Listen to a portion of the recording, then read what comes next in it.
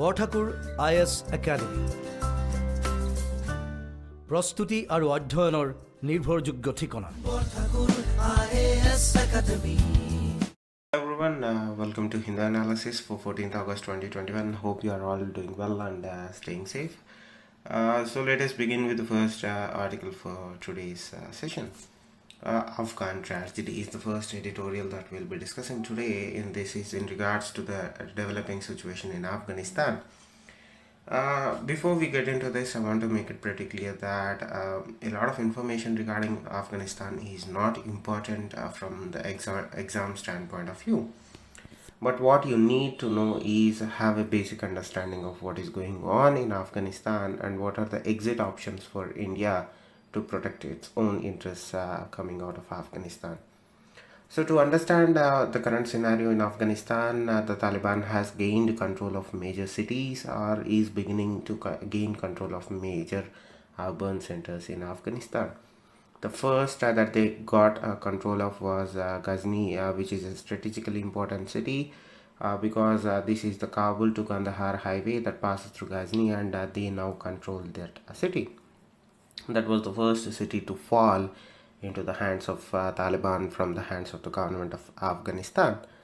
Now it seems that they control Kandahar and Herat. These are the second and third large cities that are under control of Taliban right now. And experts are warning that the country is or has entered a phase which is irreversible. Meaning whatever the control that Taliban has now, it is not going to come back into the hands of Afghan government. Recently there was an intel assessment report that predicted that the Kabul, the capital city of Afghanistan, could fall within 90 days into the hands of Taliban from the hands of government. Right? So the current scenario is very fragile. The Taliban has the upper hand. So in a bid to prevent further movement of Taliban or further advancement of Taliban, there has been a report indicating that the Afghan government extended a power sharing proposal to the Taliban. But remember, the power sharing deal would have worked a few years back. Currently the deal doesn't work because whatever the pressure points that Taliban had earlier, they are no longer in place. The biggest one being the presence of US troops in the country. That was one of the biggest pressure points on the necks of Taliban. With US troops gone and the coalition troops gone, the Taliban doesn't feel that threat that used to feel. Now, when you are offering a power sharing deal, remember the Taliban has the upper hand and the Afghan government is right now the junior partner. So it seems that Taliban is not interested in sharing power with the Afghan government, which is democratically elected. And remember, one of the biggest things that happened was the country started threatening the Taliban, stating that if Taliban takes over power forcefully, they wouldn't recognize it. But remember, the recognition of Taliban has already happened. It doesn't matter what other countries think right now. The point of no return came when US government decided to engage directly with the Taliban by way of legitimizing them. As a result of this, with US legitimizing Taliban and with the regional powers, other regional powers also engaging with Taliban directly, circumnavigating the Afghan government, it's no longer a threat for Taliban that they might be delegitimized. Right? That was one issue that they had worried. They would have worried about if US did not engage with the Taliban directly. But it's a moot question right now. And with Afghan government in the minority now, and with Taliban making gains each and every day, significant gains, add that to the idea of a power sharing proposal with the Taliban seems a distant future. So as I said earlier, the US-Taliban agreement, which did not had any role for the Afghan government in February of 2020, legitimized the Taliban away from the jihadist stamp that the US put earlier. Now, one of the biggest or the startling things that one has to take away from the negotiations between the Americans and the Taliban was that At no point when they were negotiating with the Taliban did the US try to get some concessions towards the political settlements. At no points of discussion, the entire negotiations between Taliban and the US agreement, the so-called peace agreement between US government and the Taliban, was centered around not harming the American troops present there and also not targeting the American troops while they were pulling out. Remember, whatever the negotiations that took place, they were predominantly dominated by the American worry that while US troops were pulling out, they wouldn't have the strength that they would have if they were stationed there. So they were worried that the Taliban is going to take advantage of their weaker positions and was going to attack. As a result of this, there would be large-scale American casualties, right? American troop casualties. So the deal entirely hinged on the fact that America wanted to pull out, and what America was asking from Taliban was that while we were pulling out, our troops shouldn't be harmed. So that was the bargain that America struck with Taliban.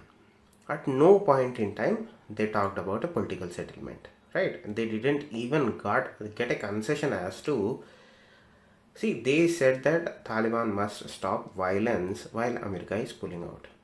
But what happened? Instead of targeting the Americans, they kept that side of the bargain. On the second hand, they went on an assassination campaign. They assassinated everybody that came in their way.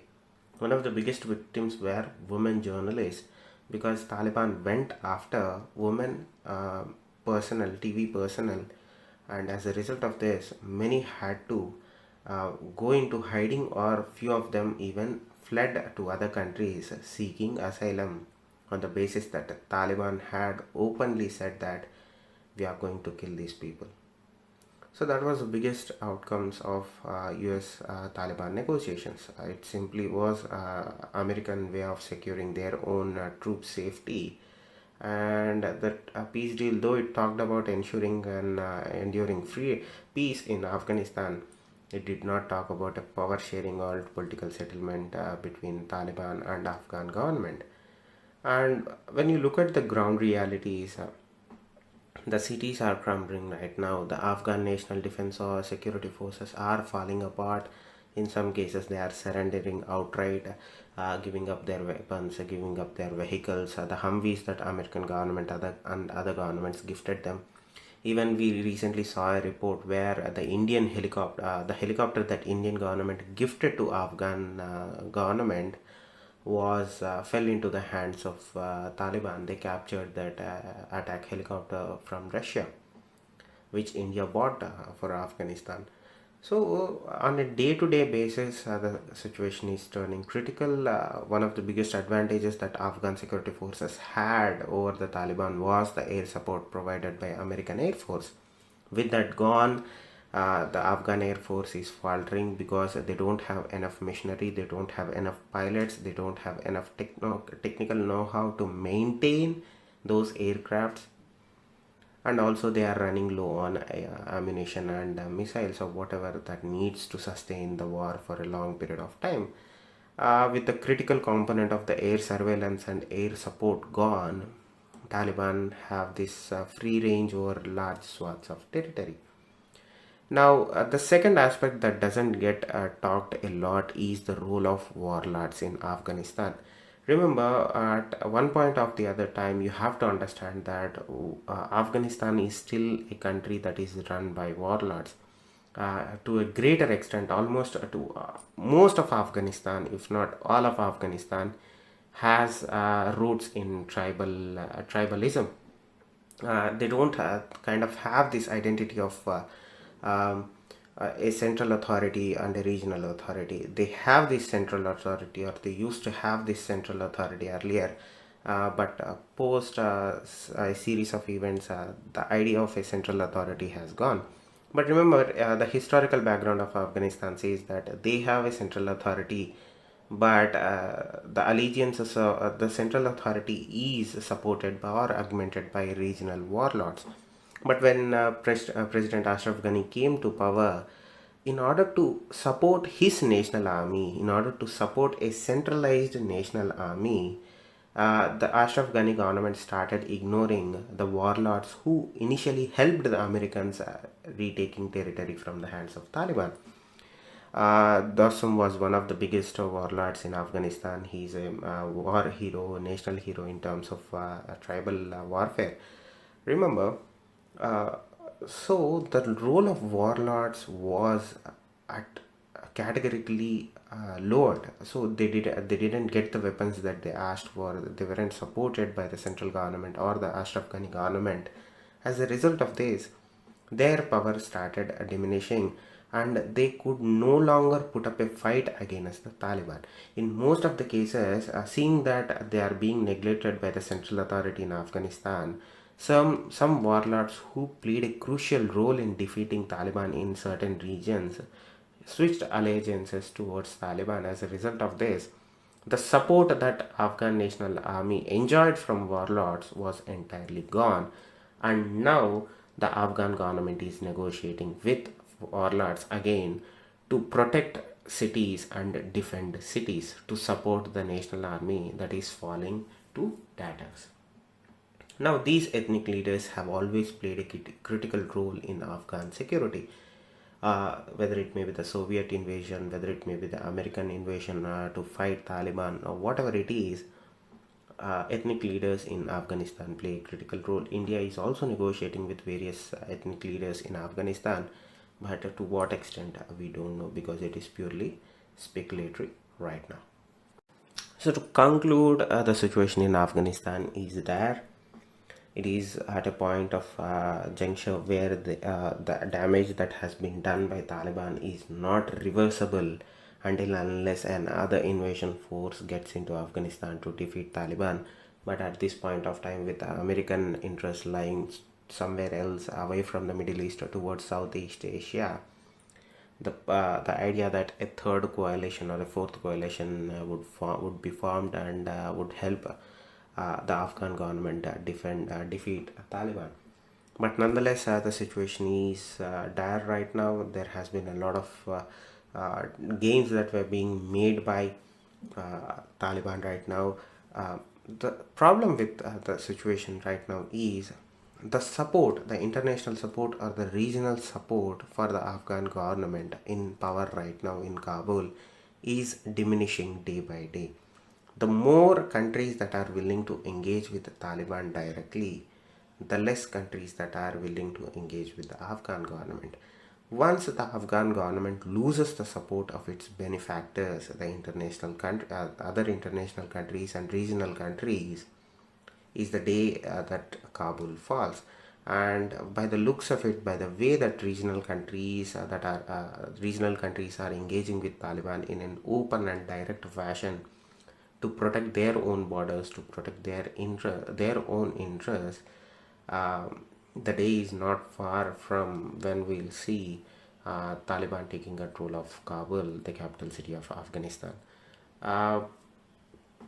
So that is the situation right now. The US have effectively pulled out. They even came out and said that whatever happening in Afghanistan is their own issue. We are no longer concerned with it, and there is a lot of power vacuum that has been left with leaving of US troops, where Taliban and other regional powers are trying to gain control of that vacuum left by the Americans. Now, moving on to the next article, Taliban gains complicate India's option. A few days back, we discussed an editorial where what are the Indian options if Taliban gains control. The author of this article points out India has effectively left with 4 options, whether we like it or not. The first option is our long-standing principle of supporting the democratically elected government in Afghanistan and provide both political and humanitarian support while the government in Kabul lasts.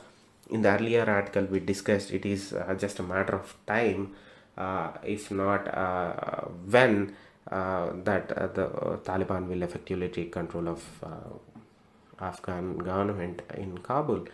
So So the idea with the first option is that we'll continue our current policy of supporting the democratically elected government until the point of time it falls into the hands of Kabul, Taliban. So till that point of time, we'll continue to support the government through political and humanitarian support. That would be the first option.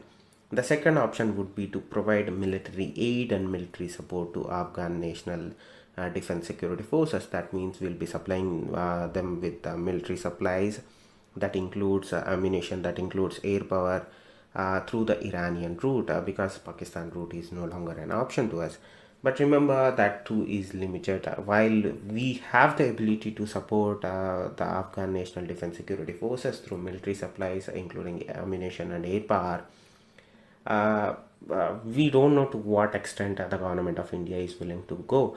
With the boots on the ground option gone long back, the only option that India can and in some perspective should be doing is providing military supplies to the defense security forces. But again, that is up to the government to decide, because at the end of the day, Indian government is also negotiating with Taliban. The third option would be to develop a stable relationship with Taliban. But given the situation where Pakistan is a major factor, second thing, Taliban has now right now has too many options to negotiate. Remember, if India was willing to negotiate with Taliban, let's say 3 years back, Taliban would have happily accepted whatever terms India made or India kind of presented Taliban with, because Taliban at that time was being crushed by Americans. Taliban didn't have any allies in the region except for Pakistan, and we know the love lust between both Taliban and Pakistan. The moment India came up with an offer to Taliban stating that you protect our interest and we'll legitimize you or we'll recognize you, meant that Taliban would have readily accepted Indian terms during that point of time. But now things have changed. Regional countries, including regional superpowers, Russia, China inserted here, are negotiating with Taliban and are willing to engage in business with Taliban. So the moment these kinds of countries get into the picture, the need for India's recognition or India's leverage for Taliban has gone. In terms of what India can provide to Taliban is also not that significant compared to what China can give to Taliban. So, though that is still an option, though we are negotiating with them, but the kinds of concessions that India can get from Taliban right now have diminished. If it was 3 or 4 years ago, the type of concessions that Taliban would have given to India if India was willing to engage with Taliban at that point of time would have been huge, and mind you, they would have made a significant difference at this point of time.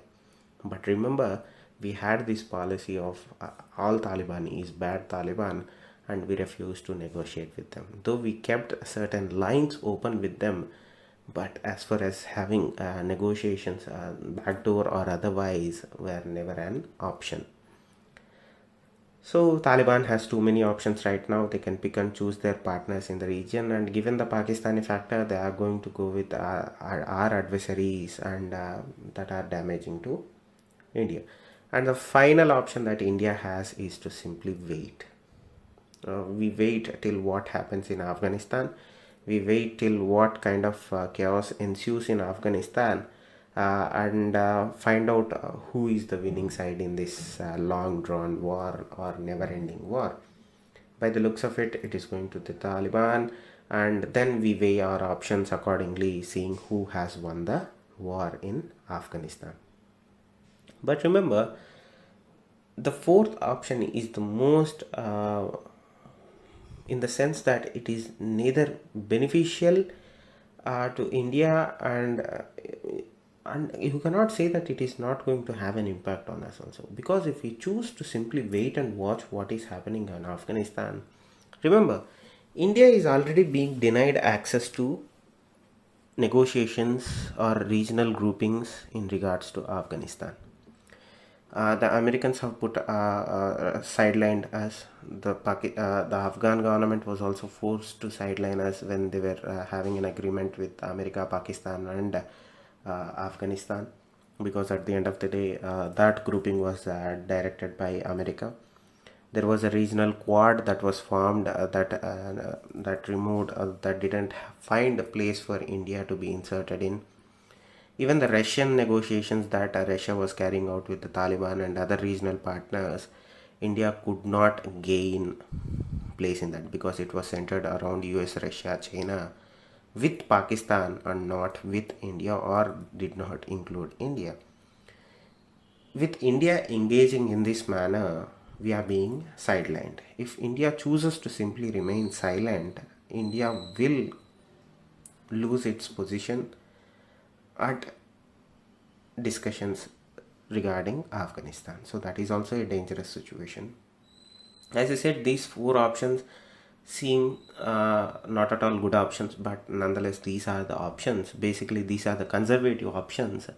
There are other radical options that at this point of time India is not willing to go with, but nonetheless they do come up. At every option that you have here and the options that you are not seeing also have some costs that are associated with it, and they come up with that cost.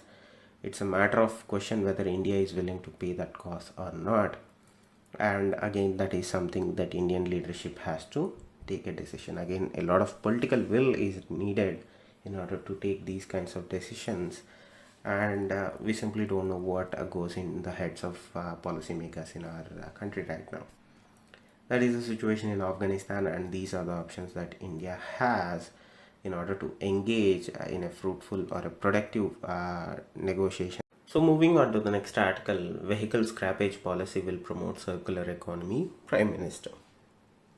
So the Prime Minister Narendra Modi unveiled the new national automobile scrappage policy that intends to scrap old, unfit and polluting vehicles if they cross the threshold of 10 to 15 years from the date of purchase. Now the policy is aimed towards taking out old, unfit and polluting vehicles from roads in a bid to reduce the pollution that they cause, the risks that they bring on roads because of their shadiness. And the idea is that they are going to scrap old vehicles that are creating a lot of pollution and they are unfit to be applied on roads by way of creating an infrastructure for automated testing of those vehicles, and that too when they completed their registration period. That is the aim of this scrappage policy. So the idea is that this scrappage policy will come into effect after the expiry of this 10 or 15 years period of registration. When they complete, or when the registration period is expired, the vehicle will have to go a mandatory fitness test. The vehicle should be tested in the automated testing centers that the government of India is building. So the basis for this scrappage policy is that it is not merely based on the age of the vehicle, either it's a 10-year-old vehicle or a 15-year-old vehicle, but it would be based on the scientifically tested method. So the government, what it is going to do is it is going to build automated testing centers. Once the expiration of the registration falls upon a vehicle, the vehicle has to go to those automated testing centers and has to get fitness certificates. If the vehicle fails those fitness tests, the owner of the vehicle can either choose to get those things repaired and get tested again, or he or she may choose to get that vehicle scrapped. So what happens is, it will not be scrapped on base of age. They will be sent to, or the owner of the vehicle has to voluntarily take this vehicle to the automated testing centers. If the automated testing centers find any faults, the owner has two options. Number one, they have to get those things repaired and get it tested again in those automated authorized testing centers, or two, choose to get that vehicle scrapped. So these are the two options that are being given to unfit vehicles. If the testing center finds these vehicles beyond repair, then the owner has no other option but to get the vehicle scrapped, and that too this vehicle has to be scrapped at designated and registered scrapping facilities. So personal vehicles that are older than 20 years will be deregistered from June 1 of 2024, and if they fail their automated fitness tests or their registration certificates, if they fail that, their registration certificates will not be or have not been renewed. Similarly, it's the same case for commercial vehicles also, particularly heavy commercial vehicles, but instead of the 20 years time limit, heavy commercial vehicles that are older than 15 years will be deregistered from April 1 of 2023, 1 year earlier than that of the personal vehicles. So this is in a nutshell the scrappage policy that the government of India is bringing in. During the presentation, Prime Minister talked about a circular economy. The entire idea of the scrappage policy is to protect environment and to reduce wastage that happens, and also to better the idea of recycling, right? It is to promote a circular economy and make the process of economic development more sustainable and environmentally friendly.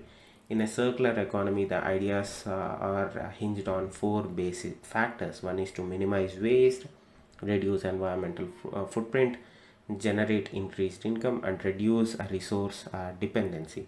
So the idea is that you have something, you recycle it, you reuse it, that reduces waste again. So you build up a self-sustaining circular economy that increases the lifespan of resources that are limitedly available to us.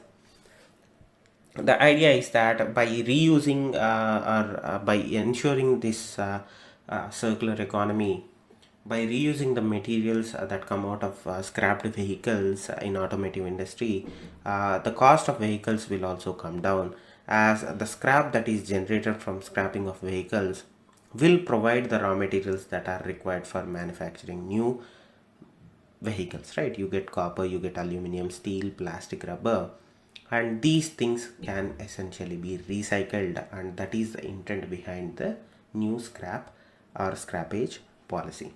The idea is that the minister has also pointed out to the fact that if we recycle on a continuous basis, we can recover up to 99% of the materials, and according to an estimate, this will lead to a reduction of around 40% in raw material costs.